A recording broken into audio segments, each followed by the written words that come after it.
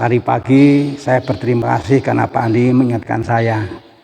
Rama, nanti sore jadi jam 5. Saya jawab dengan 2 kata. Siap, semangat. Memang itu yang saya rasakan. Tadi saya mengatakan berapapun saya tetap semangat.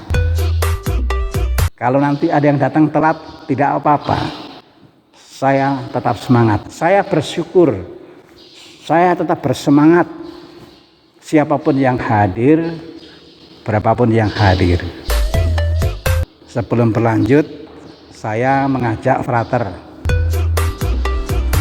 Tadi saya udah bilang kepada frater, nanti frater memperkenalkan. Paling tidak namanya, lalu kemudian dipelagi jugur itu dalam rangka apa. Karena bisa terjadi nanti frater ini juga akan menjalani seperti yang dijalani oleh frater Marcel, juga akan berbuat sesuatu sebisanya. Frater ini sama dengan saya, sama dengan yang lain, tidak hebat, meskipun tidak hebat tapi juga berguna.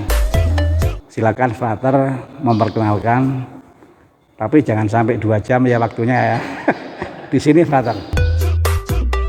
Sangat mudah membedakan saya dan frater, perutnya berbeda. Saya nggak ada kumis, nggak ada jenggot. Silakan frater.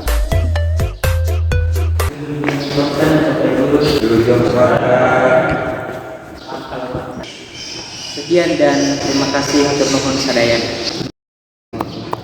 Jangan.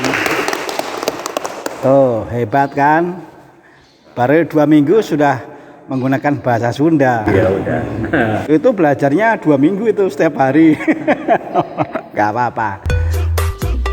Jadi tadi sudah dijelaskan frater kesini itu dalam rangka belajar. Karena frater memang masih di masa pendidikan.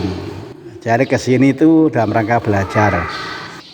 Karena belajar maka kalau ada yang juga tidak tahu, ada yang juga belum tahu, wajar.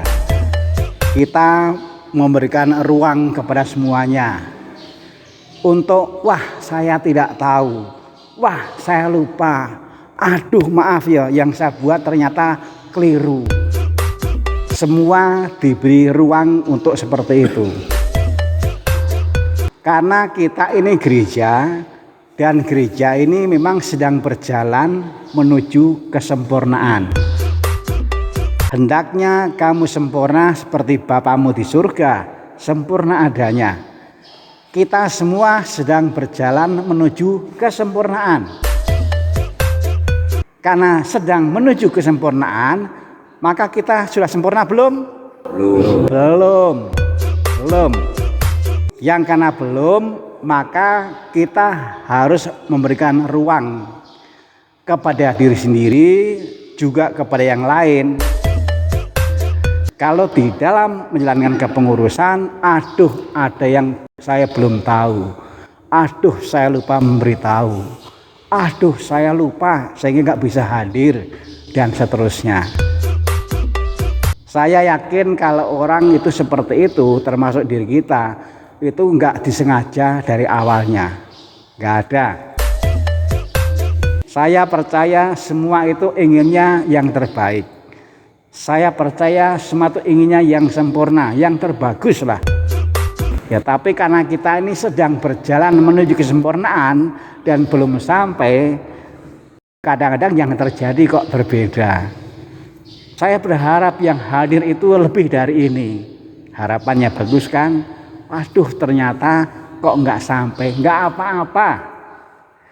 Yang penting seberapapun yang bisa kita buat, seberapapun yang bisa kita lakukan, kita tetap semangat. Jadi nomor 1 yang bisa kita lakukan adalah dalam keadaan seperti apapun kita tetap semangat. Mengapa kita seperti itu? Kalau kita nggak seperti itu, lalu apa yang bisa saya berikan? Nomor 1 yang bisa saya berikan kepada Tuhan Yesus yang mempercayai kita sebagai pengurus adalah semangat. Semangat itu bukan berarti lalu kita nggak mungkin salah. Bisa. Tadi salah satu dari kelompok ini kesekian kali bilang pada saya, "Pak Mak, saya diajari supaya saya bisa menyanyi, supaya nanti saya bisa bermazmur." Ya Bu ya. Tapi saya senang. Ternyata usia berapapun tidak menjadi penghalang untuk belajar. Tadi frater belajar, terang-terangan mengatakan kita semua juga sedang belajar. Karena apa? Karena selamanya kita ini murid, tepatnya adalah murid-muridnya Yesus. Kita tidak akan pernah bisa menggantikan Yesus sebagai guru. Dalam gereja, Yesus yang menjadi guru dan kita yang menjadi murid. Ingat. Jadi nggak mungkin kita menggurui, karena pada dasarnya kita ini bukan guru. Kita ini murid. Gurunya adalah Yesus. Maka sampai kapanpun, bahkan sudah menjadi imam pun, saya ini juga adalah murid, kompletnya muridnya Yesus, yang berarti memang masih terus-menerus perlu belajar.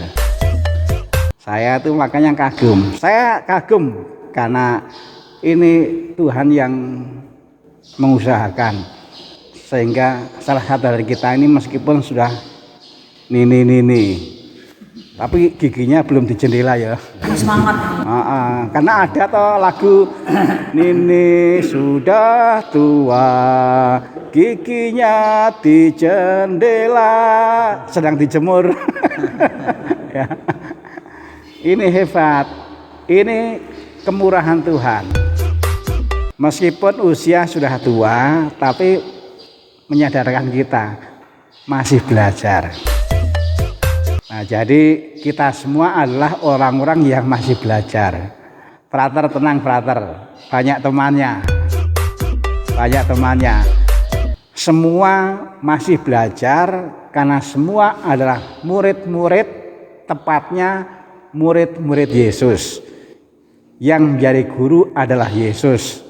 Kita nggak mungkin mengubah posisi, kita menjadi gurunya, Yesus menjadi muridnya. Nggak mungkin kan? Sampai kapanpun, bagi siapapun, Yesus yang menjadi guru dan kita murid.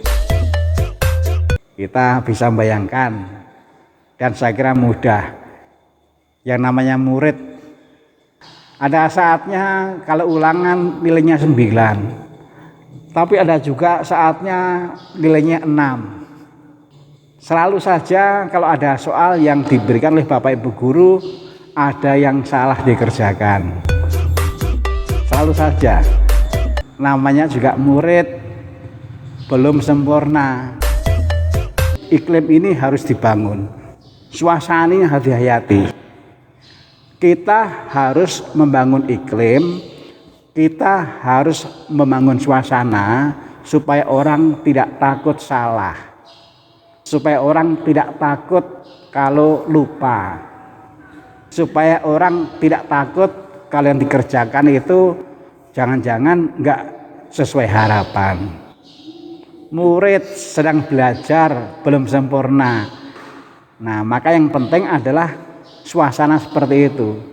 Kalau ada yang salah ya enggak usah disalah-salahkan. Siapapun bisa salah, kita juga bisa salah. Nggak usah diomongin, semua bisa seperti itu, kita juga bisa. Yang harus kita rawat adalah seperti sore hari ini. Seperti apapun kita tetap berkumpul. Belajar dari ahli taman tadi yang saya bilang. Tanaman itu meskipun murah, meskipun jelek, tetapi kalau dikelompokkan, kalau mereka kompak bersekutu, saling menyemangati, dilihat juga bagus. Lalu berharga. Orang bisa, ini bagusnya di mana sih ya? Kalau ngelihat tanamannya murah, nggak hebat, tapi kok menarik hati. Apa sih bagusnya? Oh, ternyata bagusnya karena mereka bersekutu, karena mereka bersaudara, karena mereka kompak. Dalam Yesus kita bersaudara. Tahu lagu itu? Dalam Yesus kita bersaudara.